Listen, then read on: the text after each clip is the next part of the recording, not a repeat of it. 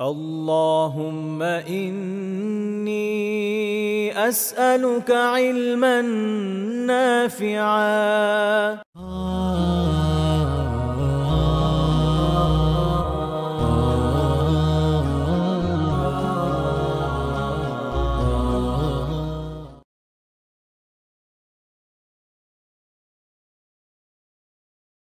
الحمد لله والصلاة والسلام على رسول الله أما بعد فأعوذ بالله من الشيطان الرجيم بسم الله الرحمن الرحيم আল্লাহ তাআলার অশেষ শুকরিয়া যে আমরা আমাদের জীবনাদর্শে জীবনাচরণে নববী আদর্শ সিরিজের আরেকটি লেকচারে আবার সবার সাথে মিলিত হতে সক্ষম হয়েছে আলহামদুলিল্লাহ আল্লাহ তাআলার শুকরিয়া। আহ আমরা বিগত দর্শগুলোতে আলোচনা করছিলাম যে জীবনের যে দিকগুলোতে রাসূলুল্লাহ সাল্লাল্লাহু আলাইহি ওয়াসাল্লাম আমাদের জন্য অনুকরণীয় অনুসরণীয় আদর্শ, এবং বলেছিলাম যে আসলে সব দিকেই তো অনুকরণীয় অনুসরণীয় আদর্শ তিনি। তারপরও বিশেষভাবে কিছু বিষয়ে আলোচনা করছি যেন বিশেষভাবে এই বিষয়গুলো আমাদের আহ আমাদের চিন্তার মধ্যে আসে যে এই বিষয়গুলোতে আমরা তাকে অনুসরণ করবো, ঠিক এভাবে ভাবে অনুসরণ করা দরকার। এই বোধটা জাগ্রত করার জন্যই মূলত আমাদের এই প্রয়াস। এবং সবাইকে শুভেচ্ছা জানাচ্ছি যারা উপস্থিত আছেন, এবং অনেকে হয়তো উপস্থিত নেই। আসলে লম্বা দর্স এর ভিডিও অনেক সময় মনে হয় যে পরে দেখে নিলেই তো হয়, তো বাস্তবতা হচ্ছে আসলে পরে সেভাবে দেখে নেওয়া যায় না। এই জন্য আমি বলবো যে এটা ভালো হয় যদি আপনারা সবাই লাইভে থাকার যথাসাধ্য চেষ্টা করেন। মানুষ তা যে কোনো কাজের ক্ষেত্রে তার প্রায়োরিটি সেট করে। আপনার কাছে যদি আল্লাহ রসুলের সিরা থেকে তার জীবন থেকে শিক্ষা অর্জনটাকে আপনি একটি গুরুত্বপূর্ণ বিষয় মনে করে থাকেন, তাহলে সেই প্রায়োরিটিটা আপনার আমল বা কাজের মাধ্যমে প্রকাশ পাবে। দেখা যাবে যে আপনি তখন অন্যান্য কাজের চেয়ে এটাকে প্রাধান্য দিবেন যে আপনি দর্শে উপস্থিত হবেন। আর যদি উপস্থিত না হন, হ্যাঁ, তারপর দেখে নেন, সেটাও আমি বলছি না যে একদম প্রায়োরিটি জিরো হয়ে যাচ্ছে, কিন্তু অবশ্যই কমে যাচ্ছে। আর শয়তান থাকে বিভিন্ন সুযোগের খোঁজে যে কিভাবে মানুষকে আরো বেশি ওয়াসওয়াসা দেওয়া যায়। তো একবার এই দর্শ মিস হওয়ার যে একটা সিলসিলা, এটা দেখবেন একবার শুরু হয়ে গেলে থামানো কষ্টকর। এবং এরপরে আহ রেকর্ডিং দেখে নেব মনে করলে আসলে দেখে নেওয়া হয়ে উঠবে না, এটাই স্বাভাবিক। এটা মানে কি বলবো, এটাকে পরীক্ষিত জীবনে। তাই জন্য এটা উচিত আপনাদের জন্য। বিশেষভাবে এটা বলবো যে দর্শক উপস্থিত থাকার চেষ্টা করবেন। যারা আছেন তারা তো আলহামদুলিল্লাহ, আল্লাহ তাআলা সবাইকে জাযায়ে খায়ের দিন, এর কল্যাণ আমাদের সবাইকে দান করুন। আর যারা নেই তাদের কাছেও এই দাওয়াটা পৌঁছে দিবেন যে অবশ্যই থাকা উচিত, থাকার যথাসাধ্য চেষ্টা করা উচিত। তো আজকে আমরা যে বিষয়গুলো নিয়ে আলোচনা করব, প্রথমে যেটা নিয়ে আলোচনা করব সেটা হচ্ছে যে দানশীলতা ও মহানুভবতায় তিনি আমাদের অনুসরণীয় আদর্শ। রাসূলুল্লাহ সাল্লাল্লাহু আলাইহি সাল্লাম ছিলেন অত্যন্ত দানশীল ব্যক্তিত্ব। অত্যন্ত দানশীল মানে অত্যন্ত দানশীল ব্যক্তিত্ব। দানশীলতায় তার আসলে কোনো নমুনা হয় না। পৃথিবীর ইতিহাসে বহু ব্যক্তিত্বের কথা আপনারা পাবেন যারা দানশীল ছিলেন। যেমন আরবে হাতিম তাইর গল্প খুবই প্রসিদ্ধ। এরকম বিভিন্ন জায়গায় অনেক দানশীল ব্যক্তিত্বের কথা জানা যায়। কিন্তু যত বড় বড় ব্যক্তিত্ব যাদেরকে দানশীল হিসেবে মনে করা হয় না কেন, আপনি রাসূলুল্লাহর মতো এবং তার সাহাবায়ে কিরামের মতো কাউকে কোথাও দেখাতে আসলে পারবেন না। এটা হচ্ছে বাস্তবতা। আহ, যেমন ধরেন কথায় কথা এমন রাজা মহারাজা বড় বড় ব্যক্তিত্বের কথা জানা যায় যে অত্যন্ত দানশীল ছিলেন। অত্যন্ত দানশীল কোন পর্যায়ের ছিলেন, দেখা গেছে যে হয়তো বড় একটা জমিদারি দান করে দিয়েছেন। দান সত্র করতো এক সময় অঞ্চলের বড় বড় রাজারা জমিদাররা। বড় মন্দির বানিয়েছে, এই করেছে ওই করেছে, অনেক বড় বড় কারনামার কথা জানা যায়। কিন্তু এমন হতো না যে তারা একদম সব দান করে দিয়ে নিজের বলতে গেলে কিছুই রাখতো না। এটা আপনার দেখবেন ওইভাবে খুঁজে পাওয়া যায় না। এই ব্যতিক্রম দানশীলতার উদাহরণ আপনি রাসূলুল্লাহ সাল্লাল্লাহু আলাইহি ওয়াসাল্লামের জীবন এবং তার সাহাবায়ে কেরামের আদর্শের মধ্যে পাবেন। আল্লাহ তাআলা একটা সময় তাদেরকে পরীক্ষা নিয়েছেন অভাব দিয়ে। তারপর আল্লাহ তাআলা একসময় ধনাঢ্যতা তাদের কাছে ঢেলে দিয়েছেন। খোদ রাসূলুল্লাহ সাল্লাল্লাহু আলাইহি ওয়াসাল্লামের জীবদ্দশায় যখন বনু কুরাইজার উৎখাত হয়ে গেল, তখন থেকেই আল্লাহ তাআলার মেহেরবানিতে ধনাঢ্যতার একটা ঢল বওয়া শুরু করে। এরপরে ফাদাক জয় হয়, খাইবার জয় হয়। তারপরে আমরা জানি হুনাইনের যুদ্ধে বিপুল পরিমাণ ধন সম্পদ তাদের হস্তগত হয়। কিন্তু আপনি দেখবেন এই সুবিশাল সম্পত্তি যেটা এক একজনের ভাগে বড় বড় অংশ আসছে, এবং রাসূলুল্লাহ সাল্লাল্লাহু আলাইহি ওয়াসাল্লাম পাই হিসাবে যুদ্ধলব্ধ সম্পদে আল্লাহ তাআলা রাসূলের আলাদা অংশ হিসাবে ফাদাকের জমি এবং বিশাল বড় একটা জায়গির পেয়েছেন। কিন্তু এবং এখানকার উপার্জন এমন এমন ছিল, সহিহ বুখারীর একটা রিওয়ায়াত আছে যে সারা বছরের তার আহলিয়াদের স্ত্রীদের যে প্রয়োজন, সারা বছরেরটা একবারে বছর শুরুতে উনি দিয়ে দিতে পারতেন এবং দিতেন। কিন্তু এরপরেও দেখা যাবে যে তার জীবনে সেই সারল্য, তার জীবনে সেই সরলতা দূর হয় নাই। এর কারণ কি? এর কারণ হচ্ছে এই দানশীলতায় কমে নাই। আর ওনার হাতে যত এসেছে উনি তত ব্যয় করেছেন এবং উৎসাহ দিয়েছেন বিভিন্ন জায়গায়, উৎসাহ ব্যাপক অনেক, মানে এই বিষয়ে উৎসাহ দেওয়ার, দানের ব্যাপারে উৎসাহের হাদিসের আপনি অভাব খুঁজে পাবেন না। যেমন সাহেব বুখারী একটা খুব প্রসিদ্ধ বর্ণনা আছে যে আনফিক আনফিক আলাইকা, তুমি দান করো, তুমি দাও, তাহলে তোমার উপর দেওয়া হবে, তুমি যদি দান করো আল্লাহ তোমাকে দান করবেন, সহজ কথায়। আর যদি আপনি দান করেন, এই জিনিসটা এইভাবে একটা মিথস্ক্রিয়ার মধ্যে চলে, যেমন একটা রিওয়ায়াতে আছে না, যে যদি আপনি দয়া করেন তাহলে আসমানে যিনি আছেন আপনার প্রতি দয়া করবেন। তাহলে বিষয়টা এরকম যে আমি দয়া করব না কারোর প্রতি, আর আশা করবো আল্লাহ আমার প্রতি একদম দয়ার সাগর হয়ে যাবেন এবং আমাকে দয়া করতেই থাকবেন করতেই থাকবেন, এভাবে হবে না। এভাবে হবে না। আমি সারা দুনিয়ার সবার উপর জুলুম অত্যাচার চালাবো, আর আল্লাহ আমাকে খালি দয়া করবেন, এভাবে কাজ করবে না। আমি যখন দয়া করবো আল্লাহ আমাকে দয়া করবেন। আবার আমি কাউকে দান করবো না, দানের সময় পকেট থেকে একটা টাকাও বের করা যায় না, আর আমি আশা করবো যে আমার বিপুল বিপুল অর্থ আমার কাছে দান হিসেবে আসবে, এটা আসলে হবে না। যদি হয় এটা ইস্তিদরাজ, এটা আল্লাহ তাআলা এক সময় ধরবেন। এই জন্য আপাতত ছাড় দিচ্ছেন। এই যে মনে রাখা দরকার যে এটা একটা মিথস্ক্রিয়ার বিষয়। তো রাসূলুল্লাহ সাল্লাল্লাহু আলাইহি ওয়াসাল্লামের আদর্শ কিরকম? ওনার আদর্শ আমরা দেখি যে উনি বিপুল পরিমাণ দান করতেন। এমন কখনো হতো না যে ওনার কাছে কেউ চাইলে উনি ফিরিয়ে দিয়েছেন, এমন হতো না। সহিহ বুখারীর 6034 নম্বর হাদিস, জাবের রাদিয়াল্লাহু তাআলা আনহু তিনি বলেছেন যে মাসু ইলান নবী সাল্লাল্লাহু আলাইহি ওয়াসাল্লাম আন শাই কাত্তুন আহ, আন শাইইন কাত্তু ফাকালা লা। জাবির রাদিয়াল্লাহু তাআলা আনহু বলছেন যে মাসু ইলান নবী সাল্লাল্লাহু আলাইহি ওয়াসাল্লাম আন শাইইন কাত্তু, নবী সাল্লাল্লাহু আলাইহি ওয়াসাল্লাম যখনই কোনো কিছু সম্পর্কে মানে এমন কখনো হয় নাই যে তার কাছে কিছু চাওয়া হয়েছে আর তিনি ফাকালা লা, তিনি বলেছেন যে নাই বা না বা আমি দিব না, এরকম না। ওনার কাছে যখনই যা চাওয়া হয়েছে উনি তাৎক্ষণিক তা দিয়ে দিয়েছেন। এমন হয়নি যে ওনার কাছে চাওয়া হয়েছে আর উনি দিতেন, ইনকার করেছেন, অস্বীকার করেছেন, না করেছেন, এমন হয়নি, উনি সবসময় দিতেন। এবং এত দান করতেন, এই জন্যই এটা বলা সম্ভব হয়েছে একজন সাহাবীর পক্ষে, যেমন কখনো হয় না ওনার কাছে চেয়ে শুনে দেন। ওনার কাছে হয়তো একটা চাদর আছে, হয়তো একটাই চাদর আছে, ওনার কাছে চেয়েছে উনি দিয়ে দিয়েছে, এরকম ঘটনা আপনি সিরাতের কিতাবে, হাদিসের কিতাবে পাবেন। যখন মানুষ যা চেয়েছে উনি তাৎক্ষণিক সেটা দিয়ে দিয়েছেন ওনার কাছে, ওনার নিজস্ব পজিশনে থাকলে, ওনার নিজস্ব অধিকারে থাকলে। এখন আরেকজনেরটা তো ছিনিয়ে দেননি, কিন্তু নিজেরটা থেকে নিয়েছেন। তো এখানেও একটা শিক্ষার বিষয় যে আমার দানের মূল জায়গা হচ্ছে আমি, মানে আমার নিজের যে সম্পদ, আমার পজিশনে যে আছে, এখান থেকে আমি দান করতে পারি। এবং এই ক্ষেত্রে আল্লাহ রাসূল এই অনুসরণের দৃষ্টান্ত স্থাপন করে গেছেন যে প্রচুর দান করেছেন এবং সবচেয়ে বেশি দান করতেন হচ্ছে রমাদান মাসে, সবচেয়ে বেশি। ইবনু আব্বাস রাদিয়াল্লাহু তাআলা বলছেন যে কানা রাসূলুল্লাহ সাল্লাল্লাহু আলাইহি ওয়াসাল্লাম আজওয়াদান নাস, আল্লাহ রাসূল ছিলেন মানুষের মধ্যে সবচেয়ে দানশীল, সবচেয়ে বড় দানশীল, তার থেকে বেশি দানশীল আর কেউ ছিলেন না। এখানে একটা খুব গুরুত্বপূর্ণ বিষয় হচ্ছে সাহাবীদের মধ্যে অনেকের আল্লাহ তাআলা অনেক সম্পত্তি দান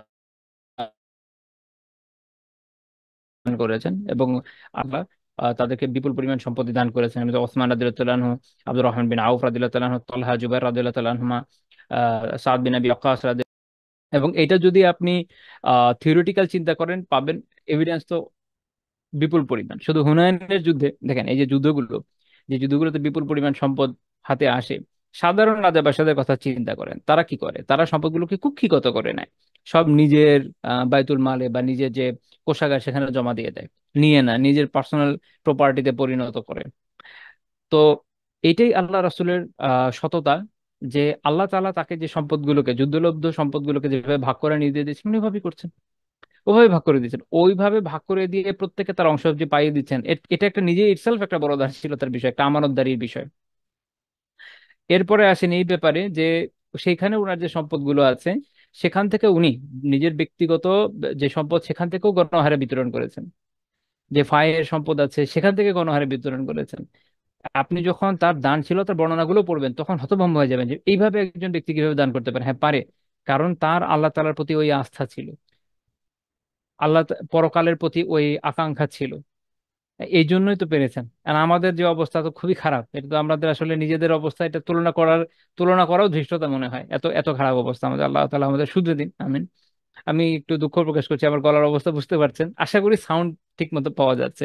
আচ্ছা, তো ইবনু আব্বাস রাদিয়াল্লাহু তাআলা আনহু বলছেন ওয়াকানা আজওয়াদু মা ইয়াকুনু ফি রমাদান হিনা ইয়ালকাহু জিবরিল, জিবরিল আলাইহিস সালাতু ওয়াস সালাম যখন রমাদানে তার সাথে মিলিত হতেন, সাক্ষাৎ করতেন, ওই সময় তিনি আরো বেশি দানশীল হয়ে যেতেন। وكان يلقاه في كل ليلة من رمضان فيدارسه القرآن, জিবরিল আলাইহিস সালাম প্রত্যেক রাতেই রমাদানে আল্লাহ রাসূলের সাথে দেখা করতেন এবং তাকে কোরআন শেখাতেন।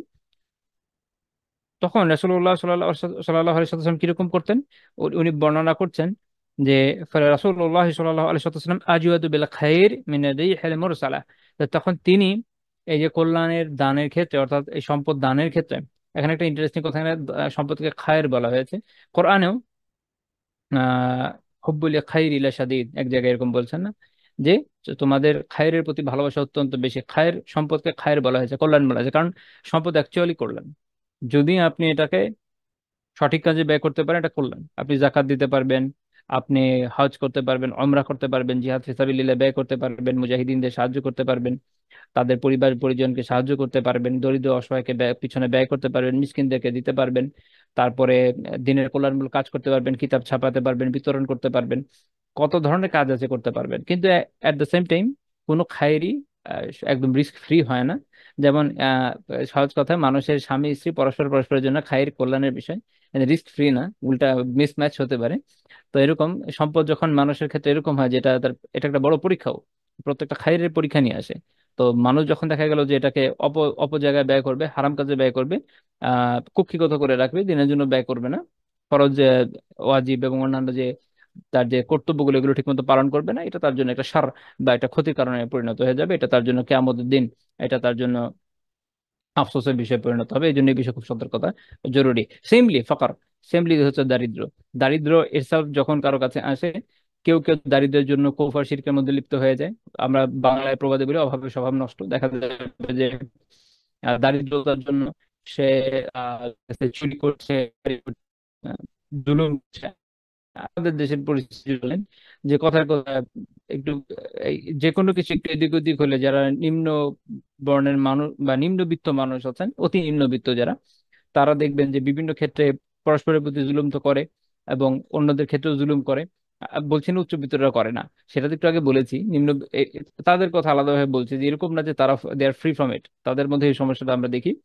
এবং আহ ছিনতাই, রাহাজানি থেকে অন্যান্য যা যা আছে এগুলো করছে, কারণ এটা হচ্ছে দারিদ্র। এই জন্য দারিদ্রকে আল্লাহ রাসূল যখন দোয়া করছে, আল্লাহুম্মা ইন্নী আউযু বিকা মিনাল কুফরি ওয়াল ফাকর, হে আল্লাহ আমি আপনার কাছে আহ কুফর থেকে এবং ফাকর বা দারিদ্র থেকে আশ্রয় প্রার্থনা করছি। এই জন্য অনেক আলিম এভাবে বলেছেন যে এটা হচ্ছে অনেকটা কাছাকাছি জিনিস সমার্থক, কারণ মানুষ যখন অভাবে পড়ে অনেক সময় কুফরের মধ্যে চলে যেতে পারে।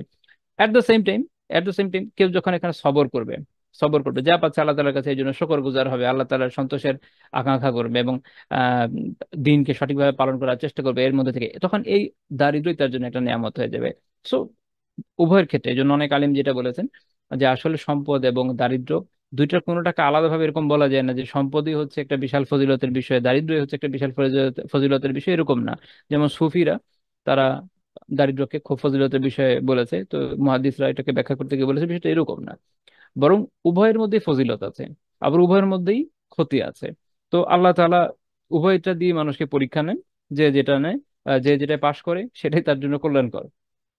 আচ্ছা, তো বলছেন যেটা, যে আজওয়াদু বিল খাইরি মিনার রিহিল মুরসালা, তো একদম প্রবাহিত বাতাসের চেয়ে অধিক পরিমাণ তিনি ওই সময় দানশীল হয়ে যেতেন। প্রথম প্রবাহিত বাতাস যেমন প্রচন্ড একটা বেগের সাথে আসে, সবাইকে একদম শীতল করে দেওয়া যেত, তার দান এত বেশি হতো।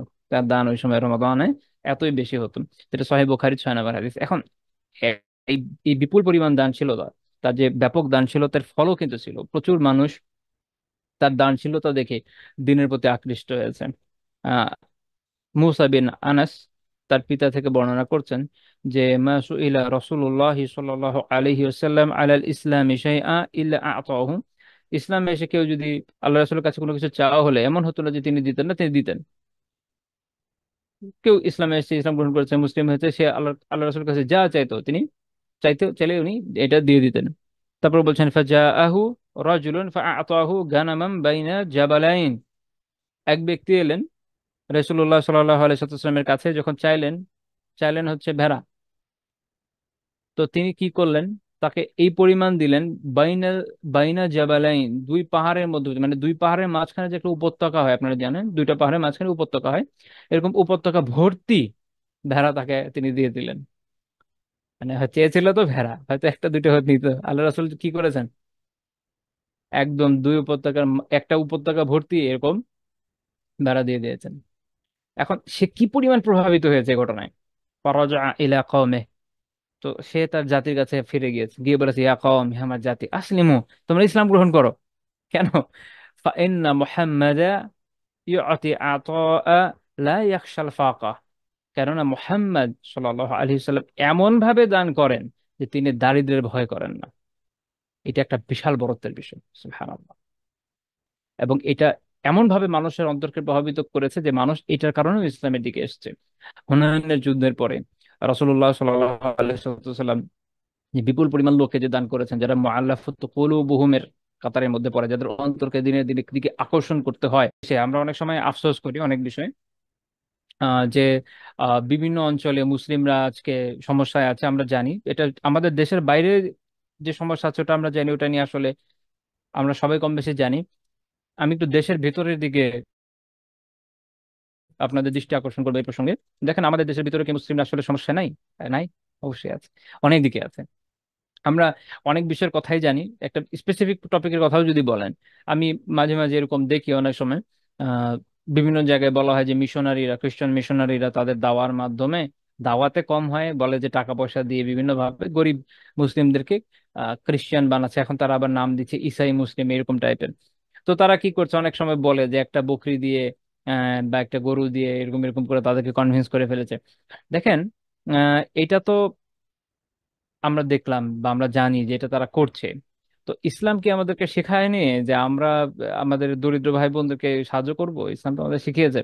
আমরা দেখি যে আল্লাহ রসুল কিভাবে তার সময়ে দান করেছেন এবং এটা কতটুকু প্রভাব রেখেছে। এটা করতে আমাদেরকে কে বাধা দিল? এটা বোঝা আমাদের জন্য জরুরি। তো আমরা জানি যে আলহামদুলিল্লাহ আল্লাহ তালার মেহেরবানিতে অনেকে অনেকে দিনের কাজ করছেন, আল্লাহ তালা অনেকেই রিজিক দিয়েছেন, আলহামদুলিল্লাহ তারা কাজ করছেন। কিন্তু আমি একটা জিনিস এই জন্য আইডেন্টিফাই করতে যাচ্ছি এই জায়গায়, যে দেখেন, স্মার্ট কিছু কাজেরও দরকার আছে। স্মার্ট কাজ মানে উম্মার এই মুহূর্তে বেশি জরুরতটা একটু দেখেন। কিছু কিছু বিষয় আলহামদুলিল্লাহ সবাই কম বেশি ডোনেট করে, কিন্তু স্মার্ট কাজ হচ্ছে এটা যে আমরা যখন দেখবো যে আচ্ছা এই এই জায়গাগুলোতে তো কাজ খুব দরকার, এই এই কাজগুলোতে, এই জায়গাগুলোতে অর্থ দিলে এখন এটা বেশি উপকারী হবে। হ্যাঁ, কথার কথা একটা লোকালিটিতে 4টা মসজিদ আছে, 5 নাম্বার মসজিদ মানুষ বানাচ্ছে। ঠিক আছে, তো এইটা একটা পয়েন্ট। অবশ্যই মসজিদ বানানো একটা ফজিলতের কাজ, কিন্তু আহ এর বিপরীতে এখানে তো আলহামদুলিল্লাহ 4টা আছে, আপনি 10 মিনিটের মধ্যে হেঁটে একটা মসজিদ যেতে পারেন। এমন জায়গা আছে যেখানে কিলোমিটারের পর কিলোমিটারে মসজিদ নেই, হয়তো রাঙামাটি খাগড়াছড়ি বিভিন্ন জায়গায় হচ্ছে। তাহলে স্মার্ট মুভ আমার জন্য এটা যে আমি যদি ওই জায়গাতে ডোনেট করি, এটা আমার জন্য মাঝ বেটার, কারণ ওই জায়গায় মানুষের জন্য দিন পালন অনেক কষ্টকর। আচ্ছা, আবার একজন মানুষের অভাবে সমস্যা আছে, হ্যাঁ অবশ্যই তাকে হেল্প করা আমাদের জন্য জরুরি। আবার দেখা গেল কারো দিনই ছুটে যাচ্ছে, তাকে তাকে ধরে রাখা একটু বেশি জরুরি। তো এগুলো বিভিন্ন বিষয় আছে যেগুলো আমাদেরকে অবশ্যই খেয়াল রাখতে হবে। এবং এটা বিশেষ করে আমি বলতে যাচ্ছিলাম যে মিশনারিরা তারা যেভাবে ধরে ধরে মানুষকে টাকা পয়সা খরচ করে যদি দিন থেকে সরিয়ে নিয়ে যেতে পারে, আমরা এসব মানুষের পিছনে ইনভেস্ট করে তাদেরকে দিনের দিকে আনতে পারবো না কেন? সেটা কি আমাদেরকে এই শিক্ষা দেয় না? আমরা কি দিন থেকে এই শিক্ষা পাই না? পাই তো। তাদের তাদের অভাবে আমরা কেন সবার আগে যাচ্ছি না? আলহামদুলিল্লাহ সোম্মা আলহামদুলিল্লাহ, অবস্থান অনেকটা চেঞ্জ হয়েছে। আপনি খেয়াল করলে দেখবেন যে এখন বিভিন্ন জায়গায় বন্যা হয়, ইয়ে হয়, বন্যা উপদ্রুত জায়গায় অনেক ইসলামী প্রতিষ্ঠান আলহামদুলিল্লাহ এখন কাজ করছেন। আল্লাহ তালা তাদেরকে অনেক যাজায় খায়ের দিন। কারণ একটা সময় এই বিষয়গুলো অনেক কমে গেছিল, বা এটা এক সময় পাওয়াই যেত না, এনজিও গুলো সবার আগে দৌড়ে যেত, তারপরে বিভিন্ন মিশনারিরা চলে যেত। এই কারণে মানুষ অনেক বেশি আগে প্রভাবিত হতো। এবং এই প্রভাব এত বেশি ছড়িয়েছে, এখন এটা মিনিমাইজ করতে আগের থেকে ডাবল এফোর্ট দেওয়া লাগবে। আফ্রিকার কিছু কিছু দেশ, আপনারা জানেন, দক্ষিণ সুদান এবং নাইজেরিয়ার বিশাল একটা পার্ট, এসব বিভিন্ন জায়গাতে মানুষের অভাব, এগুলোর কারণে তানজিনিয়াতে বিভিন্ন জায়গায় মানুষের অভাবের কারণেই মিশনারিরা খুব সহজে তাদেরকে তাদের ধর্ম থেকে ইসলাম থেকে সরিয়ে ফেলতে সক্ষম হয়েছে। এজন্য অপোজিটটা বলছিলাম যে দারিদ্র্য কিন্তু কিসের মতো, দারিদ্র মানুষকে কুফরের দিকে অনেক সময় ধাবিত করে, এবং সালাফের এই বিষয়ে আলাদা কওয়াল আছে। ইমাম ইবনে আবি দুনিয়া রাহিমাহুল্লাহর কিতাবের কাছে ইসলাহুল মাল, ওখানে বিষয়ে বেশ কিছু রেওয়ায়াত আছে। তো যাই হোক, মূল পয়েন্ট যেটা, যে তাহলে আমরা দেখলাম আল্লাহ রাসূলের জীবন থেকে এটা কিন্তু আমরা এটা বুঝলাম যে দাওয়ার ক্ষেত্রে দানশীলতা খুবই কার্যকর একটা আমল। এবং এটা খালি ওই যুগে না, এই যুগেও খুবই কার্যকর একটা আমল। আমরা ব্যর্থ হয়েছি। আত্মসমালোচনার জায়গা রাখা দরকার, আমাদের আত্মসমালোচনার জায়গা থাকা দরকার। একজন দিনী ভাই তিনি যদি জবের জন্য কষ্ট করেন বা তার কর্মসংস্থানে আমরা সুযোগ করতে ব্যর্থ হয়ে যাই, তাহলে আমাদের ব্যর্থতা যে আমরা ব্যর্থ হয়েছি সামগ্রিকভাবে এত বড় একটা উম্মাহ হয়ে। বা একজন বোন তার যদি বিয়ের ব্যবস্থা না হয় আর্থিক সমস্যার কারণে বা অন্যান্য সমস্যার জন্য, আমরা ব্যর্থ হয়েছি। আমরা ব্যর্থ হচ্ছে যদি একজন দিনদার ভাই তিনি তার সুচিকিৎসাতে আমরা করতে পারলেন না, সুচিকিৎসা করতে পারলেন না, আহ বিনা চিকিৎসায় মারা গেলেন, এটা আমাদের সামগ্রিক ব্যর্থতা। এখন তো খেলাফা নাই। সো যেই অবস্থা, তাতে উম্মাকে একত্রেই কাজগুলো করতে হবে। অন্তত যেসব প্রতিষ্ঠানগুলো, দাতব্য সংস্থাগুলো এখনো কাজ করছেন, আলহামদুলিল্লাহ। কিন্তু এই বিষয়ে আমাদেরকে সচেতন হতে হবে, যারা বেসিক্যালি যারা ডোনেট করি, আমাদেরকে সচেতন হতে হবে এবং এই বিষয়ে আরো অধিক পরিমাণে কাজ করতে হবে। আলহামদুলিল্লাহ এই দেশে মসজিদ হচ্ছে, আলহামদুলিল্লাহ মাদ্রাসা হচ্ছে, আল্লাহ তাআলার শুকরিয়া, অনেক হয়েছে। আমাদের এই দেশে আরো বেশি পরিমাণ কি বানানো দরকার হচ্ছে ইসলামিক এডুকেশনের জন্য, জেনারেল এডুকেশনের জন্য।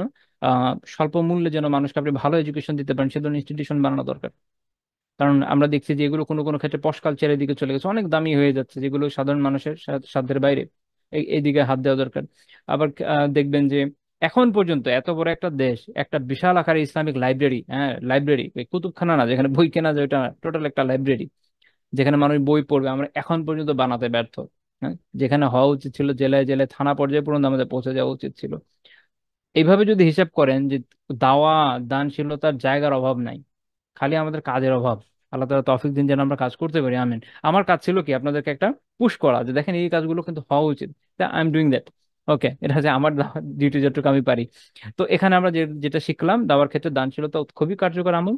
আল্লাহ হয়তো সন্তুষ্ট অবশ্যই হন, এবং নেতৃত্বের গুণের মধ্যে দানশীলতা আছে। আপনি দেখেন খোলাফায়ে রাশিদিন প্রত্যেকে দানশীল ছিলেন, এবং পরবর্তী সময়ে সাহাবায়ে কিরামদের দেখেন, আপনি আশারে মুবাশশারাদেরকে দেখেন, ইসলামে যারা আহ, স্মরণীয় বরণীয় হয়ে আছেন, প্রত্যেকে অত্যন্ত দানশীল ব্যক্তিত্ব কম বেশি ছিলেন।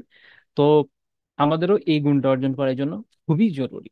এবং আমি এই জন্য বলি যে দানশীলতার অভ্যাস হওয়া জরুরি, অল্প থেকেই শুরু করেন। প্রতিদিন 10 টাকা হলেও দান করেন। আসলে এখনকার বাজারে আপনারা বুঝেনি যে 10 টাকাও অনেকের জন্য কম হইতে মনে হতে পারে, আবার অনেকের জন্য বেশিও মনে হতে পারে। আমরা এমন একটা বিচিত্র অবস্থায় আছি যেখানে ধনী অনেক ধনী, গরিব অনেক গরিব হয়ে যাচ্ছে। তা আমি একটা বেঞ্চমার্ক দিলাম যে এরপরে দেখেন আপনারা আপনাদের সুবিধা মতো প্রতিদিন 10 টাকা হলেও আল্লাহ রাস্তায় দান করেন। প্রতিদিন দানের হাতটা আপনি সবসময় চালু রাখেন। আমি একটা জিনিস জানি, যে দেখেন, আপনি যদি নিয়মিত দানের অভ্যাস করেন, আপনি দান করতে পারবেন, যখন প্রয়োজন আসবে আপনি বড় দানও করতে পারবেন। কিন্তু আপনি হঠাৎ করে এক রাতে বিশাল বড় দাতা হইতে পারবেন না। মানে হঠাৎ করে আজকে মনে করলেন আমি অনেক বড় দাতা হয়ে যাবো, একদম দাতা হাতেম তাই হয়ে যাবো, পারবেন না আপনি। আপনাকে ধীরে ধীরে দানের অভ্যাসটা করতে হবে, দানের হাতকে খুলতে হবে। আল্লাহ আমাদের তৌফিক দিন, আমিন। এরপরে তিনি যে বিষয় আমাদের আদর্শ, আল্লাহ ভীতি শেখার ক্ষেত্রে তিনি অনুসরণীয় আদর্শ। আল্লাহ ভীতি, আল্লাহকে ভয় পাওয়া, আল্লাহকে ভয় পাওয়া একটা বিশাল বড় গুণ। তাকওয়া খুবই গুরুত্বপূর্ণ বিষয়। এবং এই আল্লাহ ভীতির ক্ষেত্রে তার থেকে বড় অনুসরণীয় আদর্শ আসলে আমাদের জন্য আর কেউ নাই। এটা বাস্তব। তিনি যেভাবে আল্লাহকে ভয় করেছেন, তার মতো ব্যক্তিত্ব, আল্লাহ তাআলার মাহবুব, আল্লাহ তাআলার সবচেয়ে প্রিয় ব্যক্তিত্ব, আল্লাহ তাআলা যাকে সবচেয়ে ভালোবেসেছেন তার সৃষ্টির ভিতরে, তিনি যেভাবে আল্লাহকে ভয় করেছেন, আমাদের মতো ভয় কই? মোতাররফ বিন আব্দুল্লাহ তার পিতা থেকে বর্ণনা করেছেন যে রাআইতু রাসূলুল্লাহ সাল্লাল্লাহু আলাইহি ওয়াসাল্লাম ইউসাল্লি ফি সাদরিহি আজিরুন কা আজিরিল মিরজাল মিনাল বুকা। তিনি বলছেন যে আমি আল্লাহ রাসূল সাল্লাল্লাহু আলাইহি ওয়াসাল্লামকে দেখেছি নামাজ পড়ছিলেন, তো তার বুকে থেকে এমন ভাবে আওয়াজ হচ্ছিল, যেটা হচ্ছে ডেকচিতে আহ ফুটলে খাবার, পানি ফুটলে খাবার ফুটলে যেরকম শব্দ, এরকম এরকম আওয়াজ, মিনাল বুকা, কান্না থেকে। এভাবে কাঁদছিলেন তিনি, ডুকরে ডুকরে কাঁদা, প্রচন্ড কান্না। আল্লাহকে এইভাবে তিনি ভালোবেসেছেন, আল্লাহকে এইভাবে তিনি ভয় পেয়েছেন। তার সলাতে তার কি মনোযোগ, কি বিনয়, কি আল্লাহ অভিমুখিতা। আর আমাদের কি অবস্থা, সুবহানাল্লাহ। তিনি সলাতে হারিয়ে যেতেন জাস্ট, আমরা কি হারাতে পারছি? আমাদের অবস্থাটা আমরা দেখি, দেখেন না, নিজেকে জিজ্ঞেস করে দেখি আমরা যে শেষ কবে আল্লাহ তাআলার ভয়ে এভাবে কেঁদেছি, শেষ কবে সলাতে এভাবে কেঁদেছি, অনুভব করে যে তিলাওয়াত করছি, যে আয়াত থেকে ওই আয়াতকে বুঝে, আল্লাহর বরত্ব মহত্বের কথা ভেবে, জান্নাতের আশায় জাহান্নামের ভয়ে, শেষ কবে খুব কেঁদেছি। অন্তরগুলো অনেক শক্ত হয়ে যাচ্ছে, অনেক বেশি শক্ত। আল্লাহ আমাদের অবস্থা শুধরে দিন। এই হাদিস মুসনাদ ও আহমদের 1631 নম্বর হাদিস। আল্লামা শুআইব আরনাউত রাহিমাহুল্লাহ তাআলা সনদ ইমাম মুসলিম রাহমাতুল্লাহ শর্ত মোতাবেক সহিহ বলেছেন। এবং আল্লাহর ভয় ওনার ভিতরে এরকম ছিল যে ওনার যখন চুল পেকে গেল, আবু বকর রাদিয়াল্লাহু তাআলা আনহু একদিন বললেন, ইয়া রাসূলুল্লাহ কদ শিবতা, হে রাসূলুল্লাহ আপনি তো বুড়েই যাচ্ছেন। তখন আল্লাহ রাসূল বললেন, شيبتني هود والواقعة والمرسلات وعما يتساءلون وإذا الشمس كورت। উনি কিছু সূরার নাম বলেন, যে সূরা হুদ, সূরা ওয়াকিআ, তারপর সূরা মুরসালাত, এই সূরা যেগুলো, উনি বললেন যে এগুলো আমাকে বুড়ো করে দিয়েছে। মোল্লা আলী কারি রাহিমাহুল্লাহ তাআলা মিরকাতের ব্যাখ্যা করতে গিয়ে বলছেন, এর মানে হচ্ছে ইয়ানি ওয়া আমসালুহা মিম্মা ফিহি যিকরুল কিয়ামাহ ওয়া আহওয়ালুহা। অর্থাৎ এরকম যে সূরাগুলোতে কিয়ামতের বর্ণনা আছে, কেয়ামতের বর্ণনা এবং তার যে অবস্থা সেটার যে বর্ণনা আছে, এই বর্ণনাগুলো আল্লাহ রাসূলকে এত বেশি ভয় পাইয়েছে, তিনি আল্লাহর ভয়ে এত বেশি ভীত হয়েছেন, তার চুল পেকে গিয়েছে। মানুষ যখন প্রচন্ড প্রেশারের উপর দিয়ে যায়, প্রচন্ড ভয়ের উপর দিয়ে যায়, তখন কিন্তু মানুষের দেখবেন যে চুল পেকে যায়, আমরা বলি চুল পেকে যায়, দাড়ি পেকে যায়। রিসেন্ট টাইমে আহ ইসরায়েলের কারাগারে যারা বন্দী, এরকম অনেক ফিলিস্তিনের ক্ষেত্রে আপনারা দেখেছেন না, যে তারা 1 মাস মাত্র বা 2 মাস মাত্র বন্দী থেকে মুক্তি পেয়েছে, বুড়িয়ে গেছে একদম। তাদেরকে এই হারে তারা টর্চার করেছে। আল্লাহ তাআলা তাদেরকে হেফাজত করুন, তাদেরকে বিজয় দান করুন, আর এই বদমাইশদেরকে ধ্বংস করে দিন। আমিন। তো এটা আমি জাস্ট উদাহরণ দিয়ে বোঝানোর চেষ্টা করলাম যে মানুষ যখন প্রচন্ড ভীত হয়, প্রেশারের উপর দিয়ে যায়, তখন তার কি অনুভূতি হয়। আমরাও সূরা হুদ পড়ি, সূরা ওয়াকিয়া পড়ি। আমাদের মধ্যে অনেকের মধ্যেই তো সূরা ওয়াকিয়ার আমল করি, তাই না? অনেকেই দেখবেন যে সূরা ওয়াকিয়ার আমল করেন। মাশাআল্লাহ। অনুভব করেন কি? অনুভব করেন কি এখানে যে কথাগুলো আছে এগুলো কি বুঝেন? সেগুলোকে আত্মস্থ করেন? মনের মধ্যে কি এগুলো নাড়া দেয়? আমার দেয়। আর দেয় না বলে আমাদের কোনো উন্নয়ন হচ্ছে না, আমাদের অবস্থা খারাপ হচ্ছে। আল্লাহ মাফ করুন, আল্লাহ আমাদের অবস্থা শুধরে দেন। তো এই ছিল আল্লাহ রাসূলের আল্লাহ ভীতি। আপনি যদি তার আল্লাহ ভীতি সম্পর্কিত বর্ণনাগুলোকে একত্রিত করতে চান, এই নিয়ে কথা বলতে চান, সুদীর্ঘ সময় প্রয়োজন। আমি তো অল্প অল্প কথার উপর দিয়ে চালিয়ে যেতে চাচ্ছি। এটা সুনান তিরমিজির হাদিস। ইমাম তিরমিজি হাদিসকে হাসান গারীব বলেছেন, শাহ আলবানী রাহিমাহুল্লাহ সহিহ বলেছেন। লা ইলাহা ইল্লাল্লাহ, লা ইলাহা ইল্লাল্লাহ। তো আল্লাহ ভীতি হওয়া দরকার এমন যে আপনি কোরআনকে ফিল করে করে পড়বেন, যেন কোরআন আপনার সামনে জীবন্ত। আমি একটা ইন্টারেস্টিং কথা বলি, আল্লাহ আলম আপনাদের ইন্টারেস্টিং লাগবে কিনা, মানে আমার কাছে ইন্টারেস্টিং মনে হয়েছে। শিখদের একটা ধর্মগ্রন্থ আছে, আপনার জানেন, এটার নাম হচ্ছে গ্রন্থ সাহেব, গ্রন্থ সাহেব। ওরা যেমন প্রত্যেক নেতার পরে ওদের প্রত্যেক যে ধর্মগুরু, অর্জুন, সবার পরে একটা সাহেব শব্দ লাগাই। আমার একটা কনফিউশন ছিল যে গ্রন্থকে বা বইকে এরা সাহেব কেন মনে করে। পরে আমি জানলাম যে ইস্যু হচ্ছে তারা একে জীবন্ত মনে করে, লিভিং লিভিং সাহেব। অর্থাৎ এ হচ্ছে লিভিং, জীবন্ত গুরু, যে তাদের মাঝে জীবন্ত আছে, তারা ফিল করে, এটা মনে করে। এই জন্য নাম দিয়েছে গ্রন্থ সাহেব। সোহান আল্লাহ আজিম। একজন মানুষের রচনা, একজন না অনেকজন, তাদের একাধিক গুরু বিভিন্ন সময় মিলে মিলে মিলে মিলে বই লিখেছে। এইটাকে তারা এইভাবে মনে করে যে এটা তারা জীবন্ত মনে করে, তারা নামই দিয়েছে এরকম। আপনি কোরআনে কালাম পাচ্ছেন কার? আল্লাহ তাআলার। তিনি অনাদি অনন্ত সত্তা, অবিনশ্বর সত্তা। এটা তার সিফাত, এটা ধ্বংসশীল নয়। এই জন্য কিয়ামতের আগে উঠিয়ে নেওয়া হবে। এটা আল্লাহ তাআলার সিফাত, আল্লাহ তাআলার বৈশিষ্ট্য, আল্লাহ তাআলার গুণ। এর থেকে বড় জীবন্ত, এর থেকে জীবন্ত দূরের কথা, এরকম জীবন্ত কোনো কিতাব আছে নাকি দুনিয়াতে?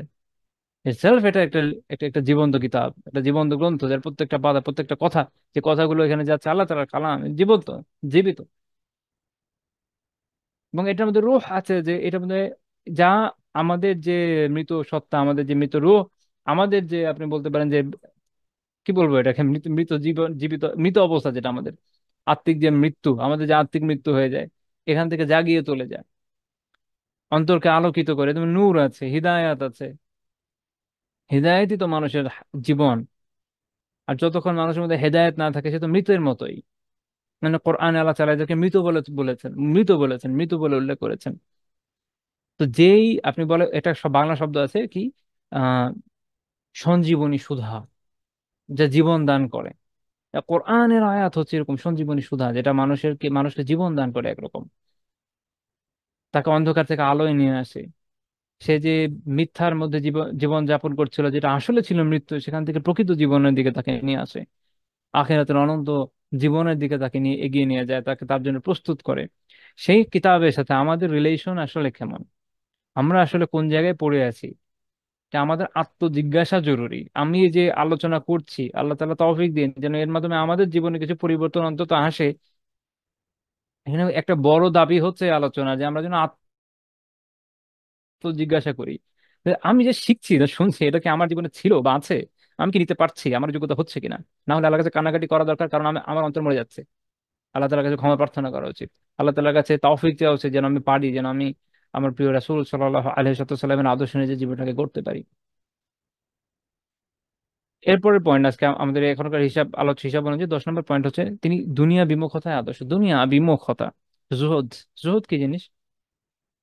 আমরা একটা মানে অনেক সময় বলি যে জুহদ দিয়ে আমরা অনেক সময় বুঝি এরকম যে দুনিয়া একদম ছেড়ে দেওয়া। হ্যাঁ, দেখেন দুনিয়া ছেড়ে দেওয়া মানে কি? যেমন খ্রিস্টানরা তাদের মনস্টারিতে যেটা করতো, যে তারা দুনিয়ার আয় উপার্জন সবকিছু ছেড়ে দিয়ে দুনিয়ায় বসে আছে, তাদের আর কোনো কিছু দরকার নেই। বিভিন্ন মানুষ অর্থ সাহায্য যা দিত, এটা দিয়ে তারা চলতো। আর বুদ্ধদের মধ্যে আছে, দেখবেন যে বুদ্ধ এমনি অনেক দেশের আইনের কারণে তারা পারে না, বাট তাদের এটা শিক্ষার মধ্যে আছে যে তাদের যারা এই যে গেরুয়া কাপড় পরে থাকে, তাদের যারা এরকম আহ, দুনিয়া ছেড়ে দিয়েছে, এরা, আমি জানি না ওদের আবিধানিক শব্দ ওদেরকে কি ডাকে, তো দুঃখিত যে টার্মিনোলজি ওদের কি এটা আমি জানি না। তো শ্রমণ বলে, বাংলা একটা শব্দ আছে মনে পড়েছে, ভিক্ষু, yes, মনে পড়েছে, ভিক্ষু। আচ্ছা, তাহলে জানতাম, ভুলে গিয়েছি। যাই হোক, মনে পড়েছে আলহামদুলিল্লাহ। তো ভিক্ষু যারা, এই ভিক্ষু ভদ্রলোকেরা তারা কি করে, মুষ্টি ভিক্ষা করে, মানুষের কাছ থেকে গিয়ে গিয়ে নিয়ে নিয়ে এদের উপর জীবন যাপন করে, কিন্তু দুনিয়া ছেড়ে দিয়েছে একেবারে। তাদের কথা হচ্ছে এরকম। তো ইসলাম কি এটা শিখিয়েছে? নিশ্চয়ই না। কারণ লা রহবানিয়াতা ফিদ দ্বীন একটা কথা আছে, যে দিনের মধ্যে, ইসলামের মধ্যে কোনো রহবানিয়াত নাই, বা কোনো এরকম সন্ন্যাস প্রথা নাই বা সন্ন্যাস ব্রত নাই। তাহলে ইসলাম যে জুহুদের কথা বলে, এটা আসলে কি, এটা বোঝা জরুরি, কারণ আমাদের কনসেপ্ট অনেকের ভুল হয়ে যায়। আমরা মনে করি এর মানে যে দুনিয়া ছেড়ে দেয়, না, তাহলে কেমনে হবে? তাহলে ওদের সাথে আমাদের পার্থক্য কোথায়? যে আমরা বলছি দিনের মধ্যে রহবানিয়াত নাই, তাহলে এটার সাথে পার্থক্যটা কোথায় হলো? আরেকটা বিষয় হচ্ছে যেটা দেখি, যে রাসূলুল্লাহ সাল্লাল্লাহু আলাইহি ওয়াসাল্লাম ব্যবসা করেছেন, এমনকি এক জীবনে তিনি মানুষের বকরিও চড়িয়েছেন। হ্যাঁ, দিনে আসার পর এটা ওই মানে যখন উনি, ওনার কাছে যখন রিসালাত আসলো, ওনার কাছে যখন কোরআন নাজিল হলো, তারপর ওনাকে এই কাজগুলো তার দেখা যাচ্ছে না, উনি ফুল টাইম দাওয়ার মধ্যেই ছিলেন। কিন্তু পরে সম্পদ উপার্জনের যে সুযোগগুলো, যেমন যে সম্পত্তি আল্লাহ তাআলা ওনাকে দিয়েছেন, সেটা বনু কুরাইজার হোক, ফাদাকের সম্পত্তি হোক বা অন্যান্যগুলো, এটা উনি গ্রহণ করছেন, এবং ওখানে নিয়মিত আপনার চাষবাস হচ্ছে। আহ উনি আমেল নিযুক্ত করছেন, যারা ওখান থেকে গিয়ে, যেমন ফাদাকের জমিতে আমেল নিযুক্ত ছিলেন সাহাবীরা, বিভিন্ন সময় বিভিন্ন জন, তারা ওখান থেকে গিয়ে ওখান এই ইহুদিদের সাথে চুক্তি ছিল যে ওরা কাজ করবে, বিনিময়ে ওদের একটা অ্যামাউন্ট বাকিটা আল্লাহ রাসূল পাবেন, তো উনি গিয়ে এটাকে উসুল করে নিয়ে আসতেন। তো করছে তো মানে চাষবাস, ইনভেস্টমেন্ট এটা হচ্ছে। তো তাহলে আসলে আমাদের ইসলামী কনসেপ্টটা কি জুহুদের? আমরা যখন এটা বলতে চাই জুহুদ, আমাদের ইসলামী কনসেপ্ট আসলে কি জুহুদ, এটা বোঝা জরুরি। আমি এই বিষয়ে জাস্ট কয়েকটা উক্তি শোনাবো ইমামগণের, যেটা আশা করি আমাদের কনসেপ্টটা ক্লিয়ার করবে। ইমাম ইবনুল কাইয়িম রাহিমাহুল্লাহ বলছেন যে না, জুহুদ, জুহুদ কি জিনিস? সেটা হচ্ছে তারকু মা লা ইয়ানফাউ ফিল আখিরাহ। জুহুদ হচ্ছে এমন বিষয় পরিত্যাগ করা যা আখিরাতে কোনো কাজে আসে না বা আসবে না। এটা ওনার কিতাব আল ফাওয়াইদে আছে।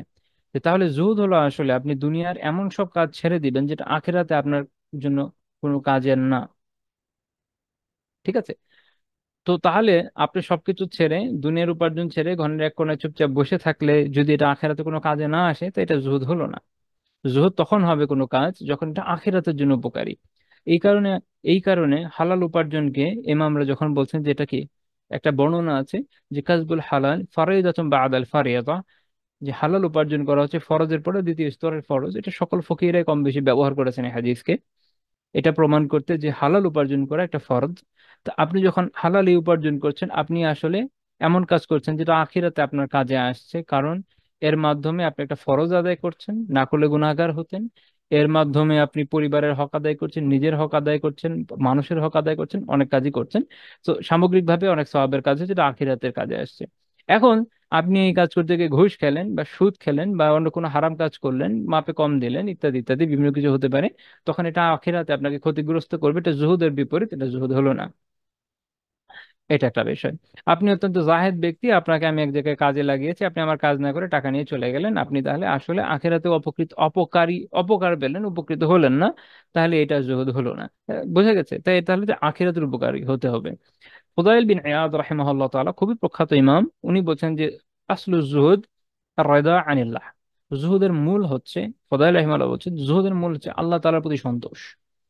অর্থাৎ আল্লাহ তাআলা আপনার তাকদিরে যা রেখেছেন, আপনাকে যা দিচ্ছেন, আপনি যখন এতে সন্তুষ্ট থাকবেন, এতে প্রশান্তি অর্জন করবেন, মুতমাইন হবেন, এবং আল্লাহ তাআলার দেওয়া তাকদিরে সন্তুষ্টি অর্জন করে সুন্দরভাবে ইবাদত মুখর জীবন যাপন করবেন, এটাই জুহদ। তা আপনি তখন একজন একজন এই জন্য একজন ব্যক্তি যদি কিছু নাও থাকে, সেও জাহেদ হতে পারে। কারণ সে যদি এটাতে আল্লাহর প্রতি সন্তুষ্ট হয়, তার যা আছে তা নিয়ে। আবার যদি দেখা গেল একজন লোকের অভাবে আছে এবং সেই জন্য সন্তুষ্ট না, বারবার আফসোস করছে, ইস যদি আমি আজকে ওই চাকরিটা করতাম, ইস ওই চাকরিটা যদি না ছাড়তাম, ওই ব্যবসাটা যদি করতাম বা ওই ব্যবসাটা না ছাড়তাম, অমুক ভাইয়ের সাথে যদি আজকে না চলতাম, তমুক জায়গায় যদি ইনভেস্ট করতাম, এই করতাম ওই করতাম হ্যান করতাম ত্যান করতাম, আজকে আমার পরিবারের এই অবস্থা, এই হয়েছে সেই হয়েছে, এটা তাহলে হচ্ছে জুহদের খেলাফ। কারণ আপনি আল্লাহ তাআলার প্রতি সন্তোষ পোষণ করতে ব্যর্থ হয়েছেন, আল্লাহ তাআলার তাকদীরে সন্তোষ নাই। তাহলে অভাবও দেখা গেল জুহদের বিপরীত হতে পারে। আবার ধনাঢ্যতা, আল্লাহ তাআলা অনেক সম্পদ দিচ্ছেন, উসমান রাদিয়াল্লাহু তাআলার মতো, জুবাইর রাদিয়াল্লাহু তাআলার মতো অনেক সম্পদ পাচ্ছেন, এবং সাদ বিন আবি ওয়াক্কাস রাদিয়াল্লাহু তাআলার মতো অনেক সম্পদ পাচ্ছেন, এবং যা পাচ্ছেন আপনি আল্লাহর দেয়া সম্পদে সন্তুষ্ট, আল্লাহ তাআলা আপনার তাকদীরে জারি করছেন সন্তুষ্ট, আপনি আল্লাহর রাস্তায় ব্যয় করছেন, দিনে কাজ করছেন, এটাই জুহদ হতে পারে। তো জুহদ হচ্ছে তাহলে আল্লাহ তাআলার প্রতি সন্তোষ। সুফিয়ান বিন উয়াইনা রাহিমাহুল্লাহ তাআলাকে জিজ্ঞেস করা হয়েছিল যে জুহদ কি জিনিস, দুনিয়াতে জুহদ কি জিনিস। উনি খুব চমৎকার কথা বলেছেন, মান ইযা উনঈমা আলাইহি শাকারা। যে ব্যক্তি নেয়ামত পেলে আল্লাহ তাআলার শুকর গুজার হয়, শুকরিয়া আদায় করে। বা ইযা বতুলিয়া সবারা, যখন বালা মুসিবতে পড়ে, বিপদে পড়ে সবর করে, তখন এটা হচ্ছে জুহদ ফি দুনিয়া, এটা হচ্ছে দুনিয়ার বিমুখতা। নেয়ামত পেলে শুকরিয়া আদায় করা, বিপদ আপদে সবর করা, এটাই হচ্ছে দুনিয়া বিমুখতা। যে তিনটা রেওয়ায়াত বললাম, এর মধ্যে শেষের দুইটা ইবনু আবি দুনিয়া রাহিমাহুল্লাহর কিতাব আজ-জুহুদ, সেখান থেকে নেয়া। তো এখান থেকে আমরা মোটামুটি একটা সামারাইজেশন পেয়ে গেলাম যে আসলে জুহুদ কি। এখন আপনি এই ফ্রেমের মধ্যে সালাফের জীবনী দেখেন, আপনি জুহুদের এই পরিচয় কম বেশি খুঁজে পাবেন, যেটা এই তিনজন মহান ইমাম বলে গেছেন। আর আরেকটা হচ্ছে আমাদের তাসাউফের সুফি সাহেবদের জুহদ। ওটা ওটা একটা ভিন্ন দুনিয়া, ওইদিকে আপাতত গেলাম না আর কি। আচ্ছা, এখন আমরা যখন দেখব যে রাসূলুল্লাহ সাল্লাল্লাহু আলাইহি সাল্লামের জীবনে এই জুহদ, এই দুনিয়া বিমুখতা, আপনি একটা অগণিত উদাহরণ পাবেন। যেটা আমি একটু আগে কথায় কথা বলছিলাম যে আল্লাহ তাআলা তাকে সম্পদ দিয়েছেন এক পর্যায়ে, কিন্তু তিনি সেই সম্পদ আল্লাহর রাস্তায় ব্যয় করেছেন। তিনি আরাম আয়েশ নিয়ে পড়েছিলেন না। এই জন্য সহিহ বুখারী 4913 নম্বর হাদিসে আছে যে একদিন ওমর রাদিয়াল্লাহু তাআলা আনহু আল্লাহ রাসূলের কাছে গেলেন, দেখলেন যে তিনি চাটার মধ্যে শুয়ে আছেন, তার পিঠে চাটার দাগ পড়ে গেছে, তিনি কেঁদে ফেললেন। তো আল্লাহ রাসূল জিজ্ঞেস করলেন যে মাইয়ুব কি, তোমাকে কি কাঁদাচ্ছে, কেন কাঁদলে? তো তিনি বললেন যে ইন্না কিসরা ওয়া কায়সার ফিমা হুমা ফি, যে কায়সার এবং কিসরা যে কত কিছু আছে তাদের যে একটা অবস্থা, অর্থাৎ রোম এবং পারস্যের সম্রাটদের কত কিছু, কত সম্পদ। তো তার কথার মূল ছিল যে আপনার, অথচ আপনার তো এরকম সম্পদ নাই, আপনার যে একটা কষ্ট হচ্ছে, অথচ আপনি এই দোজাহানে কুল মাখলুকাতের সর্দার, কিন্তু আপনার তো সম্পদ নাই। কিন্তু বিষয়টা এরকম না যে ওনার পক্ষে হওয়া সম্ভব ছিল না, এত বড় অঞ্চল শাসন করছিলেন, সম্ভব ছিল না? অবশ্যই সম্ভব ছিল। আমি তো যেমন এটাকে বলছিলাম যে আল্লাহ তাআলা তাকে রিজিক দিয়েছেন, তিনি সেই রিজিককে রিজিকের মতো ব্যয় করেছেন, কারণ আখিরাতের রিজিক আসল। এই জন্য তিনি দোয়া করতেন, আল্লাহুম্মা লা আইশা ইল্লা আইশুল আখিরাহ, যে আল্লাহ আখিরাতের জীবনই প্রকৃত জীবন, এছাড়া মানে আখিরাতের জীবন ছাড়া আসলে কোনো জীবন নাই। মূল কথা যে আল্লাহুম্মা লা আইশা ইল্লা আইশুল আখিরাহ, যে হে আল্লাহ আখিরাতের জীবন ছাড়া আসলে কোনো জীবন নাই, আখিরাতের জীবনই আসল। তা যা যা আপনি আল্লাহর রাস্তায় ব্যয় করছেন, এটাই আসল, যেটা আখিরাতে থাকবে। যা আপনি কুক্ষিগত করে রাখছেন, সেটা আসল না। সেটা তো নষ্ট হয়ে যাবে দুনিয়ার সাথে সাথে।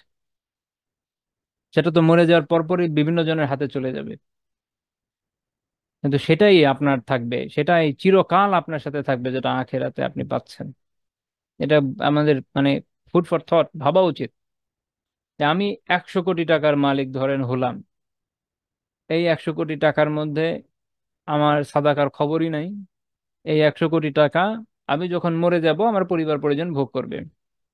অনেক এমনও হতে পারে যে যারা ঘুষ খেয়েছে, দুর্নীতি করেছে, সরকার ক্রোক করে নিবে। Anything can happen. মারা যাওয়ার সাথে সাথে টাকা শেষ। পরকালে সে এক অভাবী ব্যক্তি, কিচ্ছুই নেই, মুফলেস, নিঃস্ব। উল্টা বিভিন্ন গুনাহ করেছে, এই জন্য বিভিন্ন জনের গুনার দায় তার উপরে গিয়ে চুপ পড়বে। এখন বিপরীতে যদি তার 1 টাকাও নাই আসলে, কিন্তু পরকালে আরো বিভিন্ন মানুষের গুনাহ নিয়ে আরো ডেবে যাবে। আর আরেক লোক, ধরেন কথার কথা, সে জীবনে 1,000 টাকাই কামিয়েছে, ধরেন তার 500 টাকাও দান করে দিয়েছে, সে পরকালে 500 টাকা তো পেলো। 100ও যদি দান করে 100ও তো পেলো। ওই লোকের থেকে তো ভালো হলো যে 100 কোটির 1 টাকাও দান করেনি। তো সে 100 টাকা হলেও পরকালে তো এটা পরকালে পাবে গিয়ে। এখন যার 100 কোটি টাকা আছে, সে 50 কোটি আল্লাহ রাস্তায় ব্যয় করে দিল। তো স্বাভাবিকভাবে যেটা হবে যে পরকালে এটা সে তার ভান্ডারে পাবে, এই সওয়াব সে ওখানে অর্জন করবে। তো এই জন্য আসল জীবন হলো পরকালের জীবন, আসল জীবন এই দুনিয়ার জীবন না। তো তখন আল্লাহ রসুল কি বললেন ওমর রাদিয়াল্লাহু তাআলা আনহুকে? তিনি বললেন যে আমা তারদা আন তাকুনা লাহুমুদ দুনিয়া ওয়া লানাল আখিরাহ, যে তুমি কি এতে সন্তুষ্ট নও যে তাদের জন্য দুনিয়া আর আমাদের জন্য আখিরা, আমাদের জন্য আখিরাত। এই দুনিয়াতে এই যে দান খয়রাত করে দিয়ে একটা অভাবী জীবন, যেটাকে ফোকাহারা এবং তাসাউফের আলিমরাও বলেছেন, সেটা হচ্ছে ইখতিয়ারি দারিদ্র। যে দারিদ্রকে নিজের জীবনে ইখতিয়ার করে নেওয়া। আল্লাহ সম্পদ দিয়েছেন, কিন্তু এটা আল্লাহ রাস্তায় ব্যয় করবে এবং নিজে সাধারণ জীবন যাপন করবে। আবার এরকমও না যে একদমই আল্লাহ নিয়ামত বহিঃপ্রকাশ ঘটাবে না, কারণ আমরা দেখি যে রাসূলুল্লাহ সাল্লাল্লাহু আলাইহি ওয়াসাল্লাম, তার কাছে যখন ভালো মানের কাপড় এসেছে উনি পরেছেন। আবার দেখা যাচ্ছে ওটা কেউ চাইছে দিয়েও দিয়েছেন। সিম্পল জীবন। কিন্তু আল্লাহ তাআলা যখন নিয়ামত দিয়েছেন বহিঃপ্রকাশে ঘটাচ্ছেন, কিন্তু তার দান, তার তুলনা আপনি খুঁজে পাবেন না। যেটা আমি বলেছি, খুঁজে পাবেন না। ইতিহাস যতই ঘাটেন খুঁজে পাবেন না এরকম। মানুষ দান করে সম্পদ একটা লিটল পোর্শন, আর তারা এমন ভাবে দান করেছে যে বলতে গেলে দিয়েই গিয়েছেন। তো এই কারণে যেটা বলছিলাম যে তাহলে দুনিয়া বিমুখতায় তার আদর্শটা দেখেন। সম্পদ পেয়েছেন কিন্তু অকাতরে দান করছেন। এবং ওমর রাদিয়াল্লাহু আনহুকে কি বলছেন যে তুমি কি এতে সন্তুষ্ট নও যে তাদের জন্য আখিরাত, তাদের জন্য দুনিয়া, দুঃখিত, তাদের জন্য দুনিয়া আর আমাদের জন্য আখিরাত। কারণ তারা শুধু দুনিয়াতে যা পাচ্ছে দুনিয়াতে পেয়ে যাচ্ছে। ওই যে একটু আগে একটা উদাহরণ দিলাম, যে সে কিছুই ব্যয় করলো না আল্লাহর রাস্তায়, ঈমান আনলো না, শেষ সব। কিন্তু যখন কেউ আল্লাহর রাস্তায় ব্যয় করবে, এটা সে আখিরাতে পাবে। ঈমান এনেছে, আখিরাতের প্রতিদান তো অবশ্যই পাবে। হ্যাঁ, দুনিয়াতেও পেতে পারে, কিন্তু যদি নাও পায় লস নাই, আখিরাত আছে। কিন্তু যে দুনিয়াতে অনেক কিছু পেয়েছে কিন্তু তার আখিরাত নাই, সে আসলে সবই হারিয়েছে। কারণ আখিরাতের জীবনে আসল জীবন, আখিরাতের সামনে সামনে দুনিয়া আসলে কিছুই না, ফ্র্যাকশনও না। এবং এই যে সম্পদ, এটা তো পরবর্তী যুগে মুসলিমদের আসবে, এটা তিনি জানতেন, এটা একটা মজিজা। এবং তিনি সতর্ক করে দিয়েছেন। যেমন আমরা সহিহ মুসলিমের 2742 নম্বর হাদিসে পাই, আবু সাঈদ খুদরি রাদিয়াল্লাহু তাআলা আনহু বর্ণনা করেছেন আল্লাহ রাসূল থেকে, যে ইন্না দুনিয়া হালওয়াতুন খাদরা, দুনিয়া হচ্ছে একটা সুস্বাদু টাটকা টাটকা জিনিস, মানে টাটকা সুস্বাদু খাবারের মতো দুনিয়া একটা এবং কেউ কেউ আবার এটা ব্যাখ্যা করেছেন যে খাদিরা দিয়ে আসলে সবজির মতো বোঝানো হয়েছে, যে টাটকা সবজির মতো, আল্লাহ আলাম। তারপর উনি একটা উদাহরণ দিয়েছেন, দুনিয়া জিনিসটা এরকম যে টাটকা খাবারের মতো, সুস্বাদু খাবার যদি হয়, টাটকা হয়, দেখলে খেয়ে ফেলতে মন চায়, তো দুনিয়াটা হচ্ছে এরকম। বা ইন্নাল্লাহা মুস্তাখলিফুকুম ফিহা, এবং আল্লাহ তাআলা অচিরেই তোমাদেরকে এর অধিকারী বানাবেন, অর্থাৎ শীঘ্রই যে রোম পারস্য তাদের প্রধানত হবে সাহাবীদের, এটা উনি তখন বলে যাচ্ছেন। এটা তো অন্যান্য হাদিসেও আছে, এখানে উল্লেখ করছেন যে তোমাদের কাছে সম্পদ আসবে। আজকে মুসলিম উম্মার এটা আমরা অনেক সময় বলি যে আমাদের মুসলিম উম্মার অনেক বড় বড় সমস্যা আপনি খুঁজে পাবেন, অ্যাকচুয়ালি আর্থিক সমস্যা সেভাবে বলা যায় না। কেন? তেলের এতগুলো খনি মুসলিমদেরই তো বিভিন্ন দেশে, বিভিন্ন পরিমাণ বিভিন্ন ধরনের প্রাকৃতিক রিসোর্স, মিনারেলস আছে। বড় বড় কোটিপতি লোক আপনি এদের মধ্যে পাবেন, টাকা তো আছে, সমস্যা কোথায়? সেটা সৎ ব্যবহারে। That is the problem. সঠিক জায়গায় ব্যবহারে। অকাতরে ব্যয় করছে ব্যক্তিগত সুখের জন্য, বিলাস ব্যসনে, উম্মার জন্য না। এই হলো পার্থক্য। উম্মার জন্য একজন ব্যয় করে দেখিয়ে গিয়েছিল, রিসেন্ট টাইমে। আরো অনেকেই করেছেন, যারা করেছেন তারা অবিস্মরণীয়। আল্লাহ তাদেরকে ইহকালে যেমন উত্তম প্রতিদান দিয়েছেন, পরকালেও দিন, আমরা এই দোয়াই করি। কিন্তু এর সংখ্যা এতই কম যে আপনি নাম ধরে বলতে পারবেন যে অমুক এবং তমুক, অথচ ধনীর অভাব নাই। আজ থেকে কয়েক বছর আগে আমি পড়েছিলাম যে বাংলাদেশে ওই সময়ে ট্যাক্স দেওয়া বৈধ কোটিপতির সংখ্যা ছিল 20,000-এর মতো। 20,000 কোটিপতি! কত পরিমাণ টাকা! এটা তো ট্যাক্স যারা দেয়, যারা ব্ল্যাক মানি রাখে তাদের কথা বাদই দেন। ব্ল্যাক মানি হইলেই হারাম হবে এরকম না, মানে ব্ল্যাক এন্ড হারামের মধ্যে একটা পার্থক্য আছে। ব্ল্যাক মানি হলো আপনি ট্যাক্স না দিলে ওটা ব্ল্যাক মানি। এখন আপনি হালাল ভাবে টাকা উপার্জন করেছেন, মনে করেন আপনি মোবাইল বিক্রি করেন, হ্যাঁ, এখন এটা বাইরে থেকে এনে বিক্রি করেছেন, তো মোবাইল বিক্রি করেছেন, এটা একটা হালাল কাজ, কিন্তু আপনারা ট্যাক্স দেন নাই, সেটা ব্ল্যাক মানি গভর্নমেন্টের হিসাবে। এই জন্য বললাম যে ব্ল্যাক মানি হারাম এক হইতে হবে এরকম না। আমি জাস্ট বুঝাচ্ছি ব্ল্যাক মানি যেটা যেটা হিসাবে আছে নাই, তাহলে এটা কি পরিমাণ হতে পারে। হারামগুলো বাদ দেন, হালাল খরচ তো কম নাই। সুবহানাল্লাহ। তো এই বিপুল পরিমাণ সম্পদ, তাহলে শুধু এরকম একটা ছোট্ট দেশ বাংলাদেশে আমরা তো দেখছি যে না, যারা খাওয়ার খেয়েই যাচ্ছে খেয়েই যাচ্ছে।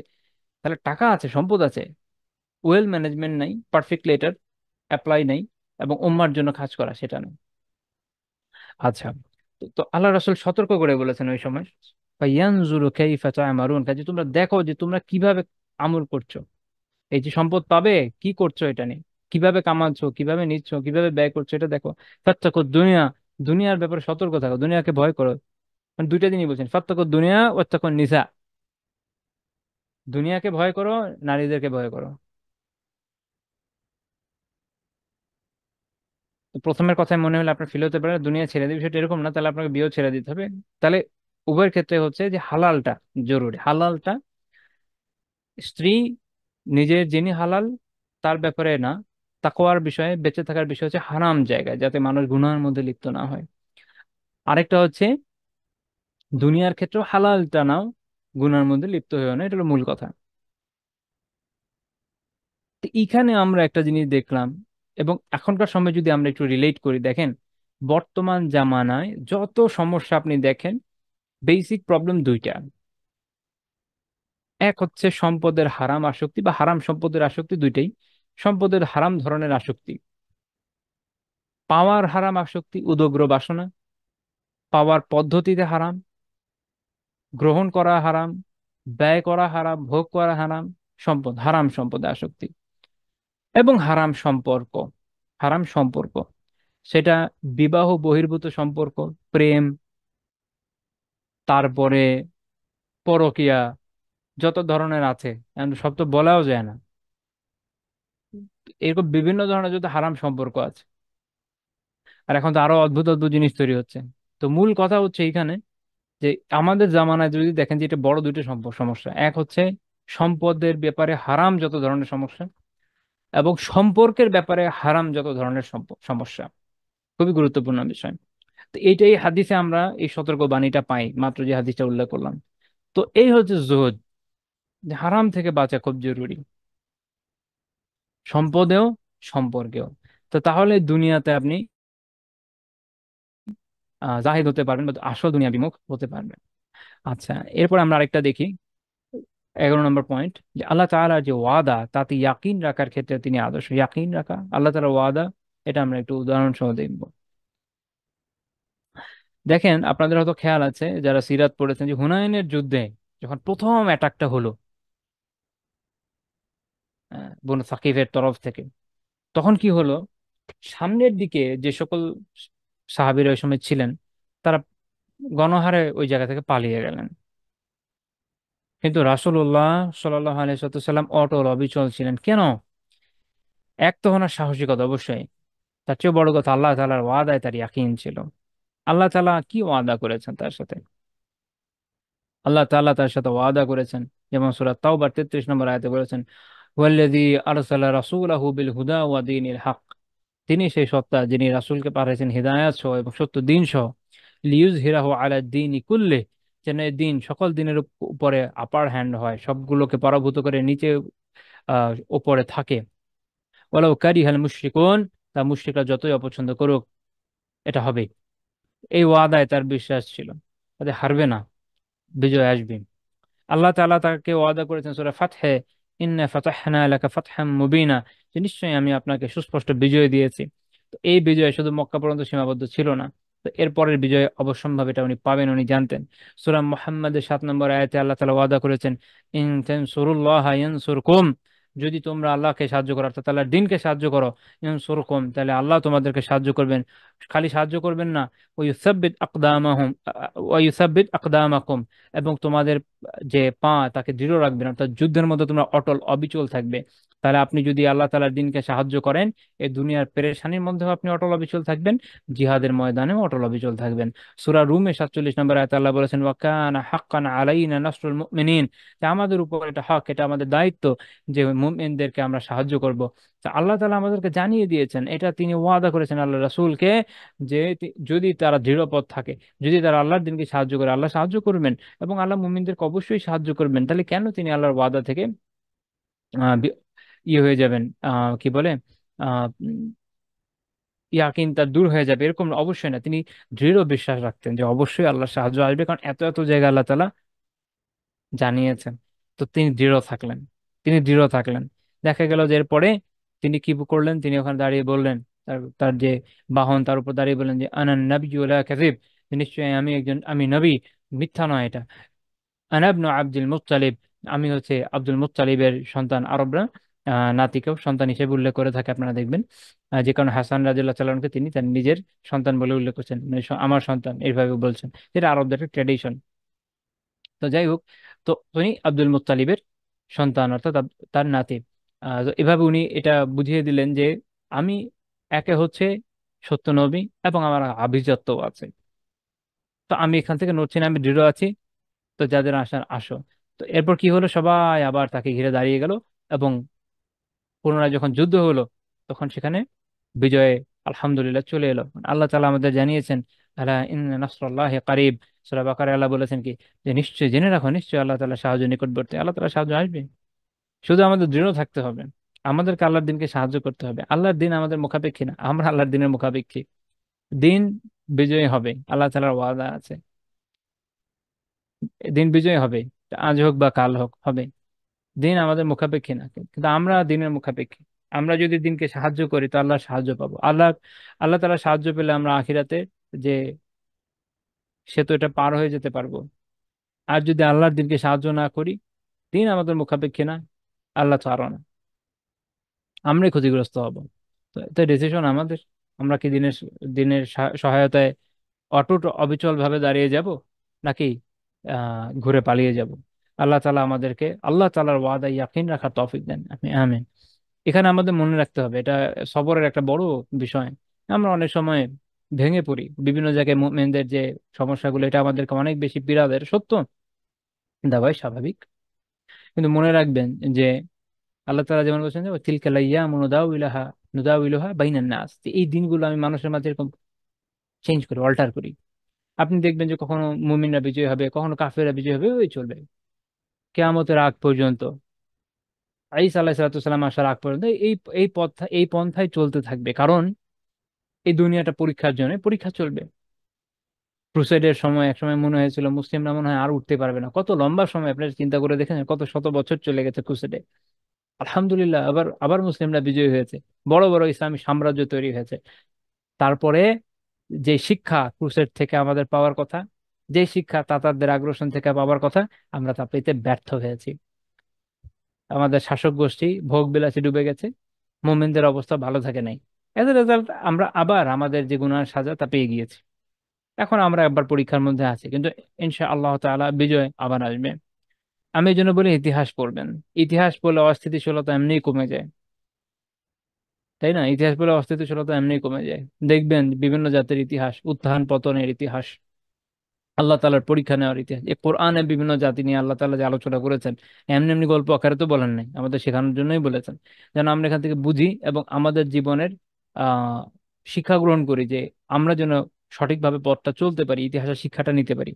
বলা হয় যে ইতিহাসের সবচেয়ে বড় শিক্ষা হলো ইতিহাস থেকে কেউ শিক্ষা নেয় না, ওরকম হলে সমস্যা, এবং ওরকম হয়েছে বলে আমাদের অবস্থা সুবিধা নয়।